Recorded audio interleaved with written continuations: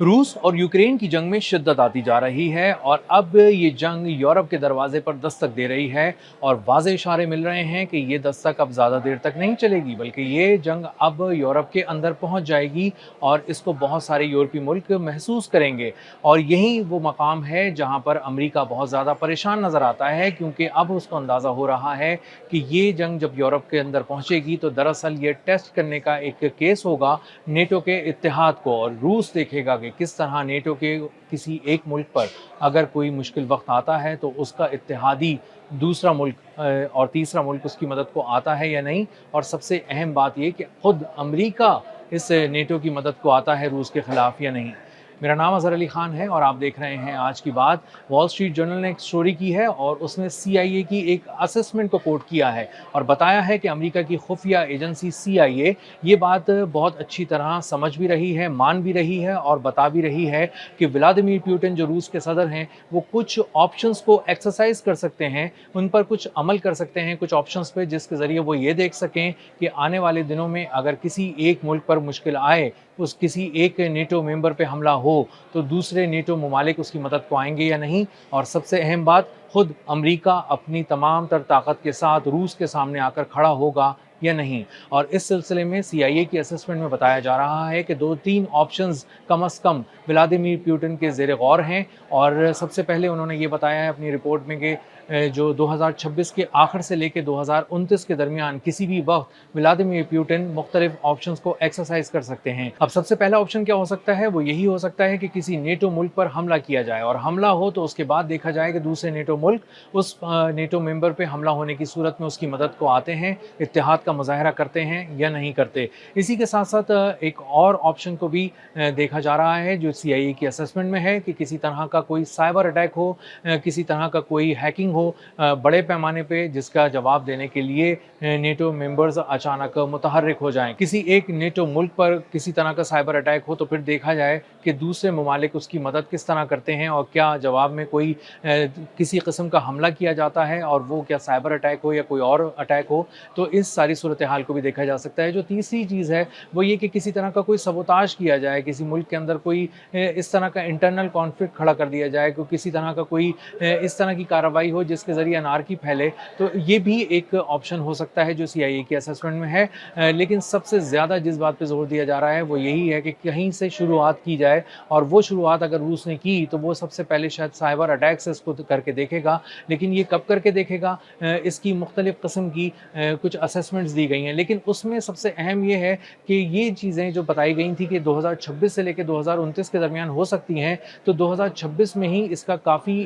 ख़ासा एक अहम तरीन ट्रेलर देख लिया गया है, जिसमें और इसको बहुत ज़्यादा एनालाइज भी किया जा रहा है। यूरोपियन माहिरीन भी इसको देख रहे हैं, अमरीकी ऑफिशियल्स भी इसको देख रहे हैं कि रूस ने हमले किए हैं। और हमला कहाँ किया है, कुछ मिसाइल आकर गिरे हैं जो पोलैंड के अंदर 100 किलोमीटर अंदर आकर गिरे हैं और उन मिसाइल्स की वजह से बहुत गहरे गड़े पड़ गए और बहुत ही बड़े पैमाने पर नुकसान हुआ। वैसे तो असेसमेंट बता रही थी कि 2026 से 2029 के दरमियान ये चीज़ें हो सकती हैं, ये ऑप्शंस को इस्तेमाल किया जा सकता है, किसी तरह के हमले हो सकते हैं। लेकिन अब यूरोपियन ऑफिशियल्स और अमरीकी ऑफिशियल्स इस बात को बहुत बारीक बीनी से देख रहे हैं, एनालाइज कर रहे हैं कि इस तरह का हमने एक बहुत अहम एपिसोड तो देख ली है, और एक भी नहीं 2 एपिसोड्स देखी हैं। पहली ये कि पोलैंड के अंदर रूस से फेंके गए मिसाइल आकर गिरे और उन्होंने गहरे गड्ढे डाल दिए, बहुत ज़ोरदार धमाके हुए और इस हद तक हमला किया गया कि किसी तरह से जो एयरफोर्स थी पोलैंड की उसको मुतहर्रिक किया गया और उसके तैयारे वहाँ पर पहुँचे। और दूसरी अहम बात कि रोमेनिया में बहुत सारे रशियन ड्रोन्स पहुँचे और उन्होंने अटैक किया एक तरह से। तो इसका मतलब ये है कि 2 अटैक्स तो यूरोप देख ही चुका है, एक पोलैंड में, दूसरा रोमेनिया में। और आने वाले दिनों के अंदर अगर रूस समझता है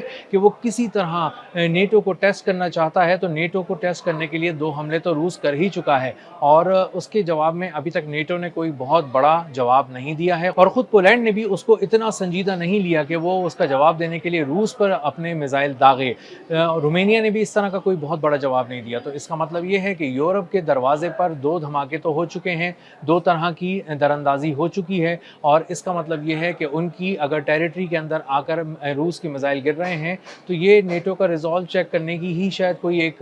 कोशिश हो सकती है, चाल हो सकती है रूस की जानिब से, और रूस की के देख रहा होता है कि आने वाले दिनों के अंदर क्या नेटो इसका जवाब देता है या नहीं, लेकिन मजमूई तौर पे नेटो से कोई ऐसी बुलंद आवाज़ नहीं आई जो पूरी दुनिया सुन सके और कह सके कि हाँ, नेटो इस बात को समझता है कि कहीं भी रशिया को हमला नहीं करना चाहिए, और अगर इस तरह का कोई हमला किसी एक मेंबर मुल्क पे किया गया तो तमाम मेंबर मुल्क मिलकर अपने इत्तेहाद शो करेंगे और रूस को एक बहुत ही करारा जवाब देंगे। नेटो का रिजॉल्व चेक करने का एक तरीका ये भी था व्लादिमीर पुतिन का कि वो मुसलसल यूक्रेन पर हमले जारी रखें और देखें कि नेटो ममालिक उसकी मदद को आते हैं या नहीं, कम से कम माली तौर पे, टेक्नोलॉजी के तौर पे और असलहे के तौर पे आते हैं कि नहीं। लेकिन ये बात बहुत ही खुलकर सामने आ गई है कि ज़ेलेंस्की के यूक्रेन के पास, उसकी फ़ौज के पास अब मिसाइल नहीं रहे, इंटरसेप्टर्स नहीं रहे, उसके डिफेंस सिस्टम्स अब खामोश होना शुरू हो गए हैं और रूस जितने बैलिस्टिक मिसाइल फेंकता है वो तमाम आकर यूक्रेन के अंदर गिरते हैं, अपने अहदाफ पर गिरते हैं और उन्हें कामयाबी से निशाना बनाकर तबाह कर देते हैं, और उन्हें रोकने वाला कोई नहीं है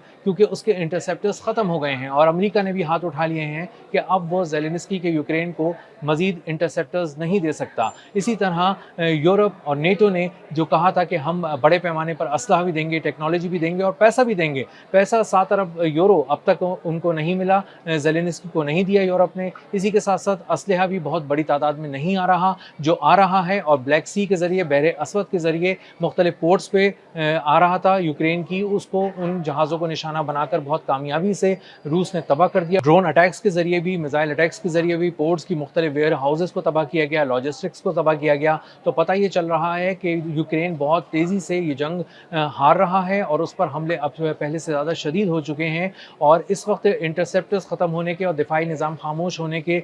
हाल ये हो गया है कि 31 जुलाई के बाद से कोई इंटरसेप्टर फायर ही नहीं किया गया, यानी पिछले 6 रोज़ और 7 रोज़ के दौरान बड़े पैमाने पर हमले किए गए हैं रूस की जानिब से और किसी एक बड़े बैलिस्टिक मिसाइल को नहीं रोका जा सका। इसी के साथ साथ जो शुमाली कोरिया की फ़ौज है वो अब रूस में पहुंचने के बाद अपने मिसाइल यूनिट को मुतहरिक कर चुकी है। बैलिस्टिक मिसाइल्स भी शुमाली कोरिया से पहुंच चुके हैं। KN-23 और KN-24 जदीद तरीन और बहुत ही मोहलिक बैलिस्टिक मिसाइल हैं जिनके ज़रिए हमले किए जा रहे हैं, और अब आहिस्ता आहिस्ता दबाव बढ़ाया जा रहा है यूक्रेन पर, और बताया जा रहा है कि असल में ये दबाव जो है वो यूरोप पे बढ़ाया जा रहा है, अमेरिका पे बढ़ाया जा रहा है, और ये बताया जा रहा है कि अगर तुम इनकी मदद को आ सकते हो तो आकर दिखाओ, इनके लिए खड़े हो सकते हो तो आकर खड़े होकर दिखाओ। क्योंकि दूसरी तरफ रूस के लिए शुमाली कोरिया न सिर्फ खड़ा था, बयानात दे रहा था, यकीन दहानियाँ करा रहा था, बल्कि अब उसने अपने फ़ौजी भी भेज दिए हैं, मिसाइल यूनिट भी भेज दिया है, और आने वाले दिनों में मज़ीद बैलिस्टिक मिसाइल शुमाली कोरिया से रूस पहुँचेंगे, और जब वो पहुँचेंगे तो उसके बाद एक एक करके